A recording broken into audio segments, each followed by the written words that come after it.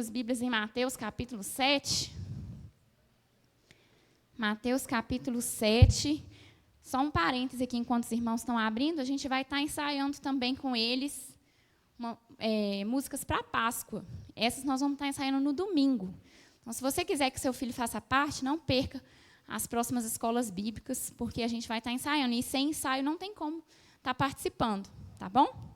Mateus capítulo 7, o versículo 13, se você pudesse colocar de pé, em reverência à palavra do Senhor. Versículo 13 e 14. Não, mentira, irmãos. É o 7 mesmo, mas é o... Deixa eu só achar aqui o... A gente fica nervoso quando vem aqui para frente. Nossa, Deus, a gente nem dorme direito, viu, irmãos? Nem dorme. Esteja em oração aí por mim. Mateus capítulo 5, perdão. Mateus capítulo 5, versículo 13. Mateus capítulo 5, versículo 13. Diz assim a palavra do Senhor. Vós sois o sal da terra. Se o sal for insípido, com que há de se salgar? Para nada mais presta, senão para ser lançado fora e pisado pelos homens. Vós sois a luz do mundo. Não se pode esconder uma cidade edificada sobre um monte. Nem se acende a candeia e se coloca debaixo do alqueire, mas no velador, de onde ilumina todos os que estão na casa. Assim, resplandeça a vossa luz diante dos homens, para que vejam vossas boas obras e glorifiquem vosso Pai que está nos céus. Pai, fala conosco nesta manhã, Senhor. Nós saímos da nossa casa na intenção de sermos cheios de Ti, de aprendermos mais de Ti, de levarmos um pouco mais do Senhor conosco. Nessa manhã, que o Teu Espírito Santo fale aos nossos corações, em nome de Jesus. Você pode se assentar? Nós vamos passar por alguns versículos aí, se o tempo nos permitir, né? Nós vamos... Então, você fica com a sua Bíblia aí, que nós vamos ler outros textos. Olha, irmãos, não sei quem aí já assistiu The Chosen, né? Quem não assistiu, assista, porque vale muito a pena. Já falei isso 1000 vezes, né? Realmente é uma série criada por um grupo independente e eles falam, né, sobre o ministério de Jesus. E é tão lindo, porque é tão natural, assim, é tão mais fácil a gente compreender como foi o ministério de Jesus quando a gente vê, né, realmente. E aí tem uma parte em que Jesus está preparando o Sermão da Montanha e Mateus é o escriba do Sermão da Montanha para ele. E aí ele fala para Mateus essa frase, vós sois o sal da terra. E aí Mateus pergunta assim, mas o que o Senhor quis dizer com isso? Aí Jesus explica uma coisa que eu nunca tinha prestado atenção, isso mexeu muito comigo. E diz assim que o principal objetivo do sal, Jesus disse, é não deixar apodrecer a carne. Então ele disse que ele queria que os seguidores dele fossem pessoas que não deixassem a morte tomar conta do mundo. Que os seguidores dele fossem pessoas que trouxessem vida, né? Então, eu pesquisei. O sal tem várias funções. No corpo, ele garante o equilíbrio. Ele é responsável pelo ritmo do nosso coração. Ele retira odores. Eu até vi aqui, olha que legal, que se você colocar uma colher de sal de um dia para o outro dentro de uma vasilha de plástico, retira o odor do plástico. Então, o sal tem várias funções incríveis. Não vai dar tempo de eu falar aqui, mas os irmãos podem, né, procurar saber. Ele retira manchas, ele retira odores, garante o equilíbrio do nosso corpo, preserva alimentos, é um antibiótico natural. Por exemplo, né, a minha mãe sempre mandava a gente gargarejar com água, com limão e sal. E eu já descobri que é porque o sal é um antibiótico natural, né? Então, tem várias funções, mas eu acho que a mais importante é essa, preservar.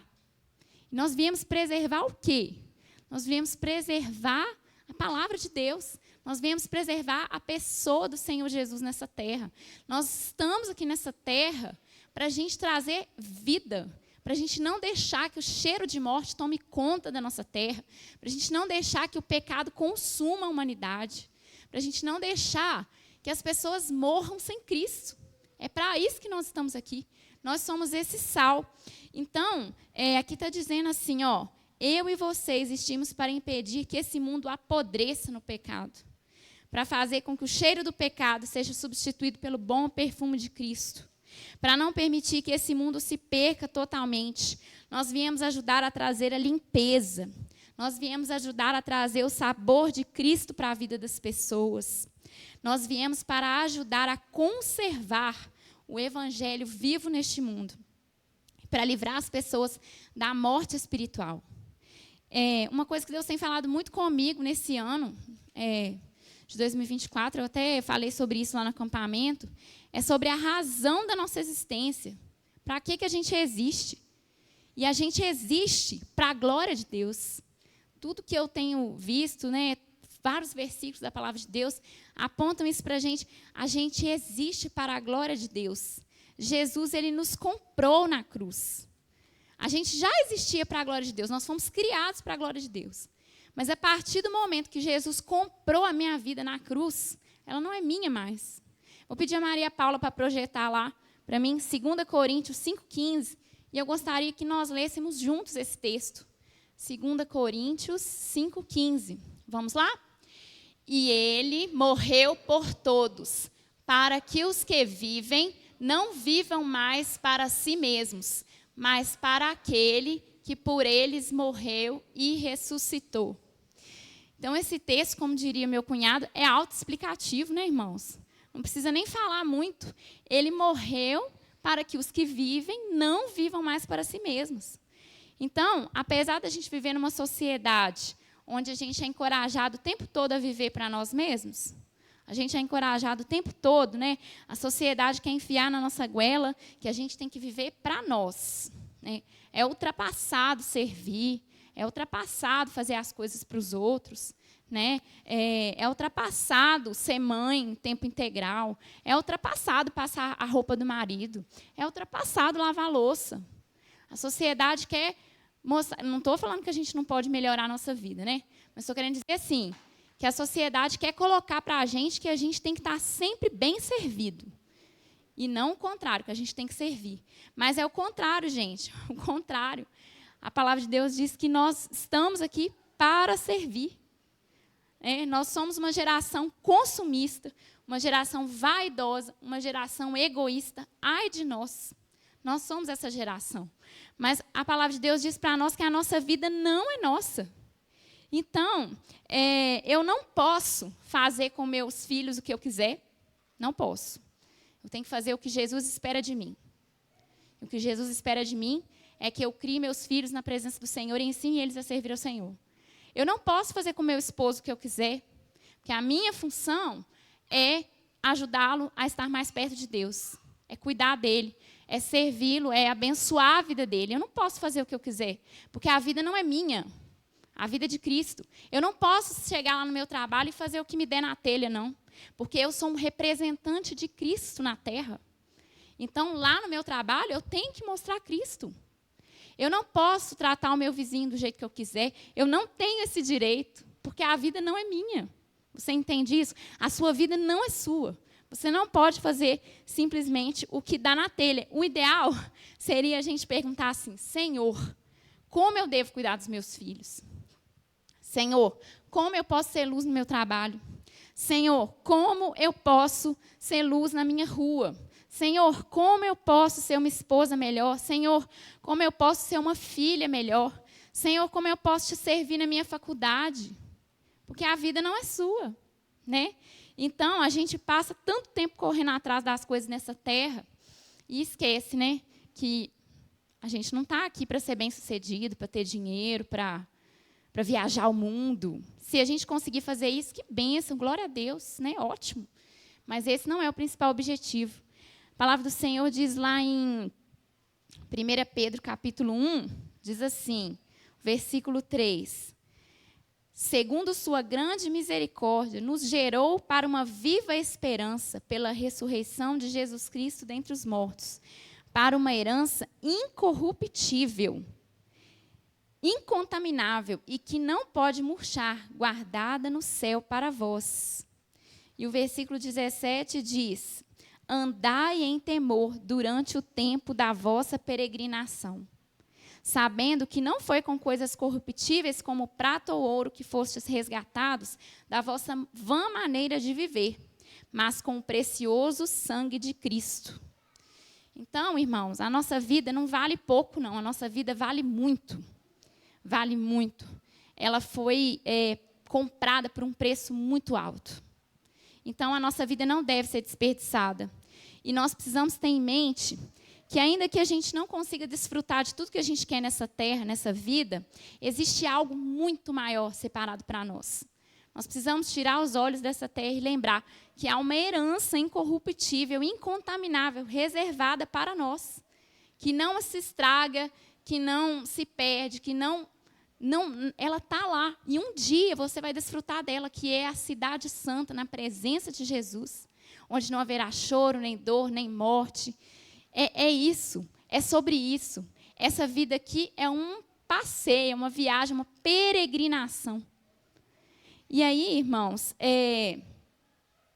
nós recebemos a nossa salvação em Cristo Jesus, e o Senhor Jesus, Ele espera algo de nós.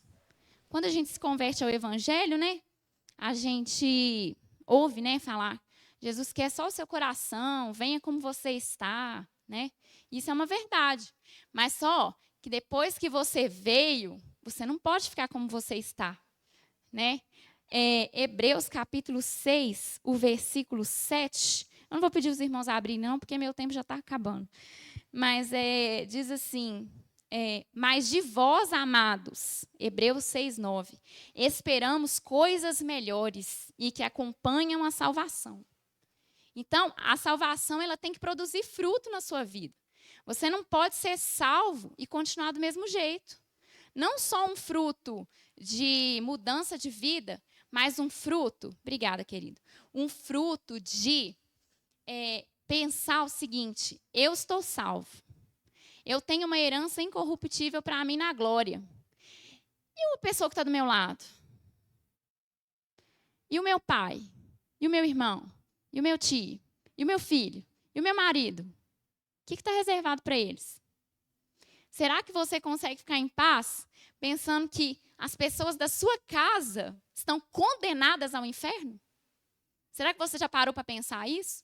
Que aquele seu familiar que você não falou de Jesus para ele ainda, talvez ele possa morrer amanhã e ir para o inferno? A gente não pode, irmãos,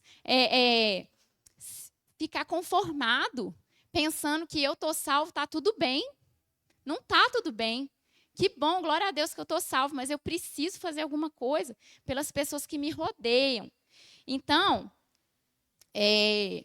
como eu falei aqui, nós temos oportunidade de falar de Jesus em várias esferas, né? A gente leu Atos 1:8, que fala que seríamos testemunhas em Jerusalém, Samaria e em todos os lugares da terra. Jerusalém é a sua casa. Então, o primeiro lugar que Deus espera que você seja um missionário é na sua casa. O compromisso de discipular os seus filhos é seu. Não é do pastor, não é da professora da EBD, não é do Ministério Infantil, é seu. Deus espera que você discipule seus filhos. Deus espera que você ajude seu esposo, sua esposa, seus irmãos, seus pais. Eles são o primeiro campo missionário. É um primeiro lugar onde você precisa falar de Jesus. E aí, gente, nós não convertemos ninguém. Nós não somos capazes de convencer ninguém. Mas a palavra de Deus diz que pelo poder do Espírito, que é o tema da nossa campanha, nós somos capacitados. É o Espírito de Deus que opera através de nós. Eu coloquei aí, Maria, logo depois desse slide que você está passando, a foto do Guilherme Carey. Não tive tempo de te falar. Mas houve um homem, irmãos, chamado Guilherme Carey. Esse homem, ele nasceu em 1761, na Inglaterra. Ele sempre foi uma criança curiosa, que amava a natureza, inquieta, né?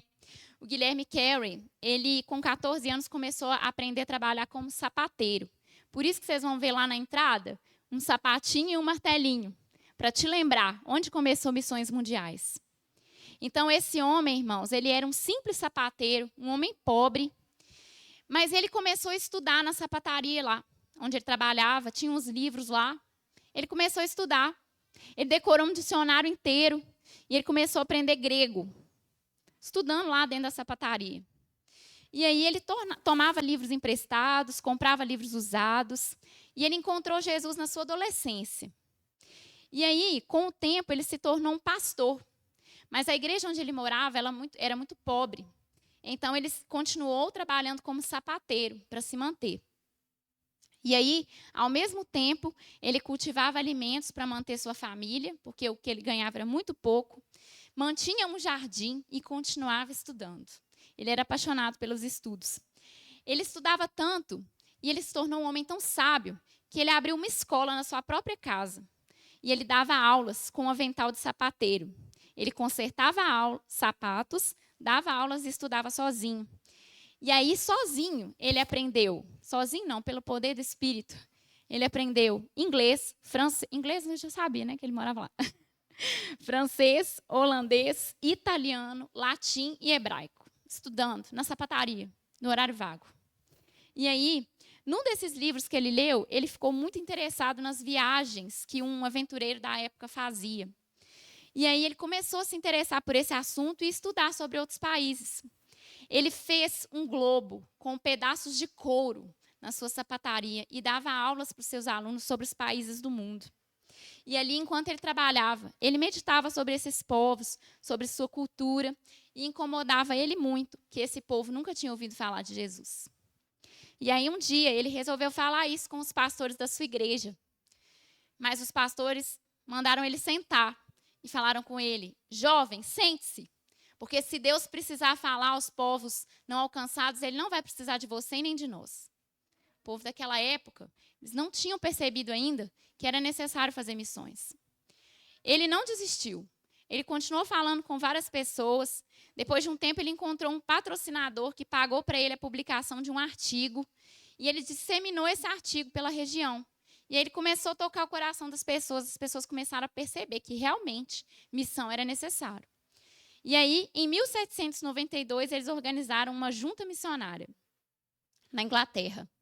E ele foi para a Índia, com muita dificuldade. Ele quase não conseguiu ir, porque ele teve que ir num barco à vela, um barco assim, totalmente desconfortável. Foi difícil ele conseguir entrar no país. A família dele não queria acompanhá-lo.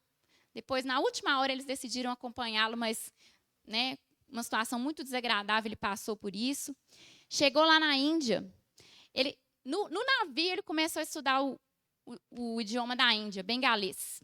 E lá ele chegou, e lá ele começou a trabalhar numa fábrica de anil, passando dificuldades financeiras. Sua família adoeceu várias vezes, porque, como a irmã Sônia falou, esses lugares são cheios de doenças, né? A família dele teve malária, teve disenteria. Ele perdeu um filho de 5 anos lá na Índia com essas doenças. E ele já estava lá há 6 anos e ele não via nada acontecer. Pregando e as pessoas resistentes, ele não via nada acontecer, ele via cada coisa terrível lá na Índia, os costumes daquele povo. Era um povo muito diferente. As viúvas eram queimadas vivas com os maridos. Olha que prática horrorosa. Então, ele continuou com toda a luta, com toda a dificuldade, sem apoio da família, passando dificuldade financeira, sofrendo perseguição religiosa. Ele continuou. E a partir de 1800, ele começou a imprimir a Bíblia em bengalês. Depois da chegada de um missionário que o ajudou a montar uma tipografia. Um dia, ele foi convidado a lecionar bengalês num colégio na capital da Índia, Calcutá. E ele foi, pensando que ali ele poderia influenciar várias pessoas. Ele começou a falar sobre Jesus, tentar desfazer na cabeça das pessoas essa prática horrorosa das viúvas morrerem queimadas com os maridos. E aí, ele foi influenciando as pessoas e ele foi estudando mais idiomas. A meta dele era publicar a Bíblia em todos os dialetos indianos, que eram muitos. E ele estudou muito para isso. Ele entrou em contato com várias pessoas cultas e, com o passar do tempo, ele se tornou respeitado na Índia. Enfrentou muitas dificuldades, como, por exemplo, um incêndio na sua tipografia, que deu a ele um grande prejuízo material, dificuldade financeira, perseguição política, mas ele não desistiu. Ele passou 41 anos da sua vida na Índia. E calcula-se que ele traduziu a Bíblia para a terça parte dos habitantes do mundo. Um homem que trabalhava dia e noite. Um homem humilde, que no final da sua vida, sendo reconhecido como um doutor, uma pessoa incrível que conhecia milhares de idiomas, diversos idiomas, ele morreu e deixou saudades na Índia. Ele quase não conseguiu entrar na Índia por ser um missionário. Mas quando ele morreu, o governo mandou hastear as bandeiras a meio mastro em homenagem àquele homem. Então, o que pensar diante dessa história, irmãos? Esse foi o pai das missões modernas. Viveu 73 anos. E os anos da vida dele foram dedicados a falar do amor de Deus para as pessoas. Ele tanto fez que ele conseguiu influenciar as pessoas a acabarem com essa prática que eu falei das viúvas morrerem queimadas pelos maridos. Ele conseguiu, de tanta influência que ele exerceu, fazer com que esse costume cessasse na Índia. Então, irmãos, o que pensar diante de um homem como esse, né? Como uma única pessoa pode fazer tanta diferença no mundo se souber exatamente para que foi chamado, né? E então, irmãos, eu quero dizer para vocês, já estou terminando, que o tempo já passou, mas é que o Guilherme Carey, ele foi um divisor de águas na história da igreja, porque ele veio renovar esse compromisso de missões que estava lá no Atos dos Apóstolos com Jesus. Mas eu quero te dizer, irmãos, que não acabou. Só acaba quando Jesus voltar. Nós temos muita coisa para fazer, mas é muita mesmo.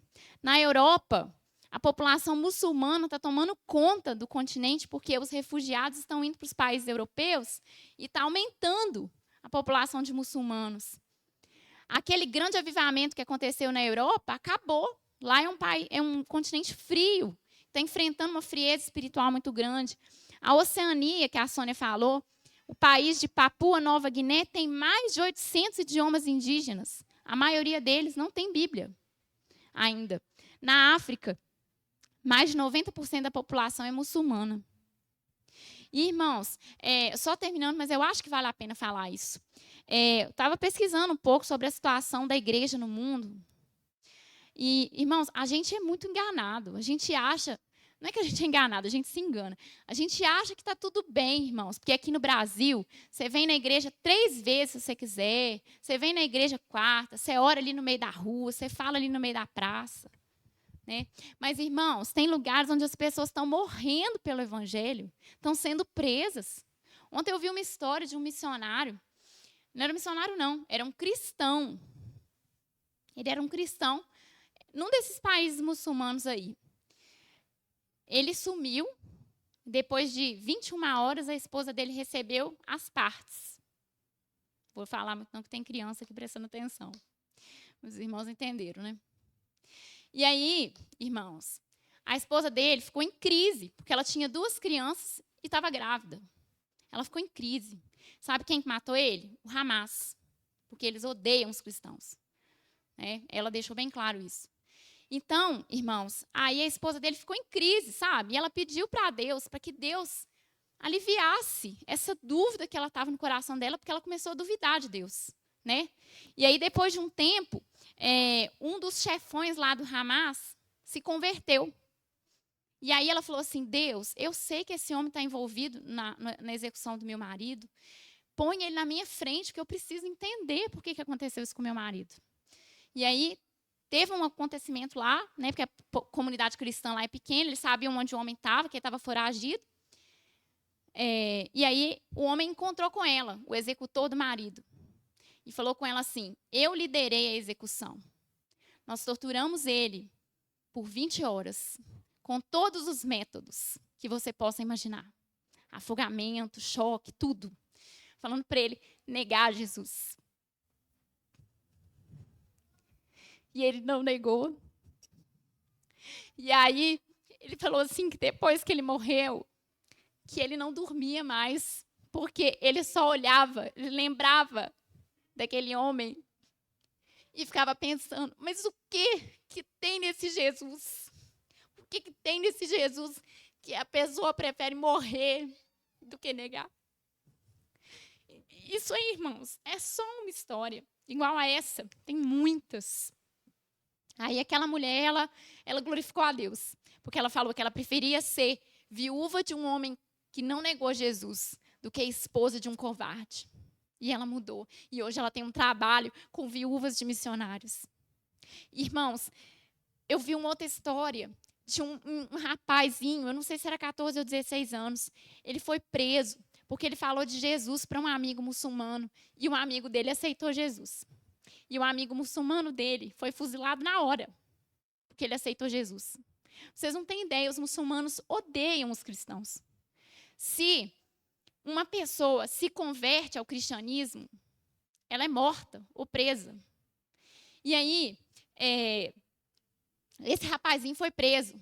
E aí o pastor que estava contando a história falou que a mãe dele estava muito triste, porque o menino era torturado todos os dias, com agulha debaixo da unha. Todos os dias. O menino era torturado na cadeia. E o tempo que ele ficou na cadeia, ele converteu dezenas de pessoas. Depois ele foi livre. Mas o tempo que ele ficou na cadeia, por ele não negar Jesus, ele converteu dezenas de pessoas pela ação do Espírito Santo. Um menino de 16 anos. Irmãos, é muita coisa que está acontecendo. Pesquisa um pouquinho a situação da igreja lá fora. E sabe por que eu estou te falando isso? Não estou te falando para te emocionar, não. Estou te falando porque a gente precisa orar. A gente precisa orar por esses irmãos que estão lá. Porque eu não tenho coragem. Não tenho coragem. Não sei você. Eu não tenho coragem de ir lá. Não tenho. Não é meu chamado. Mas eu posso fazer alguma coisa. Eu posso orar pela igreja perseguida. Eu posso orar pelo meu irmão missionário. E eu posso, sabe o quê? Contribuir. Eu quero te perguntar, meu irmão. Diante de tudo que esses missionários estão passando lá, fome, família sofrendo, perseguição religiosa, prisão, será que eles ainda vão ter que conviver com a dificuldade financeira para imprimir uma Bíblia? Será que a gente não pode tirar R$20 do nosso salário todo mês?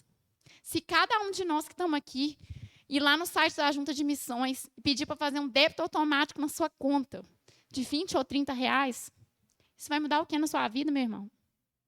Nada, né? Então, irmãos, a igreja brasileira precisa acordar, sabe? A gente está fazendo pouco. A gente precisa orar mais. A gente acha que só vindo aqui comprando uma marmitex na campanha de missões está bom. Não está, irmão. Isso é para mim também. Nós temos que fazer mais. Tem gente lá fora dando a vida, dando sangue, sabe? Perdendo os filhos por causa da palavra de Deus. E a gente, às vezes, reclama que o culto está demorando muito. Às vezes, a gente não vem na escola bíblica 9 horas da manhã porque acha que ficar 2 horas na igreja é muito. Né? Ô, irmãos, me perdoa, não estou falando para ninguém aqui, estou falando para mim. Mas é isso, né?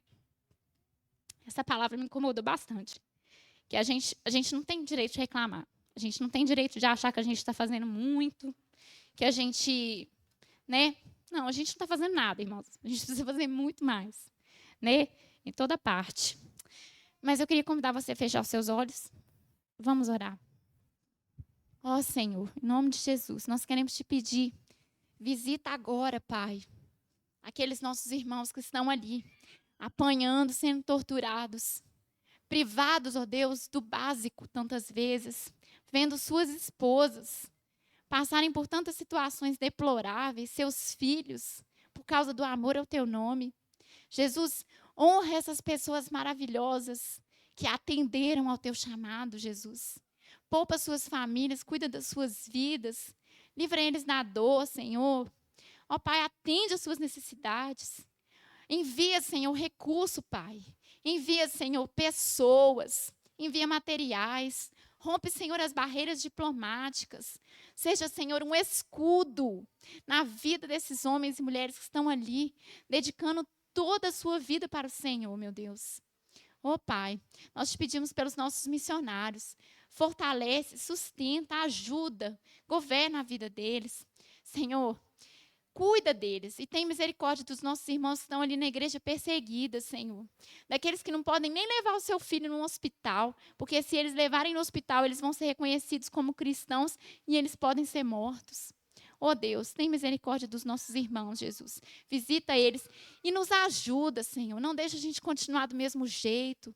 Tira a gente, Senhor, da inércia. Tira a gente, Senhor, do sono espiritual. Incomoda as nossas vidas para que a gente possa te amar mais, te servir melhor, Senhor. Porque nós sabemos que precisamos. Perdoa, Senhor, os nossos pecados. Nos ajuda. Em nome de Jesus. Amém.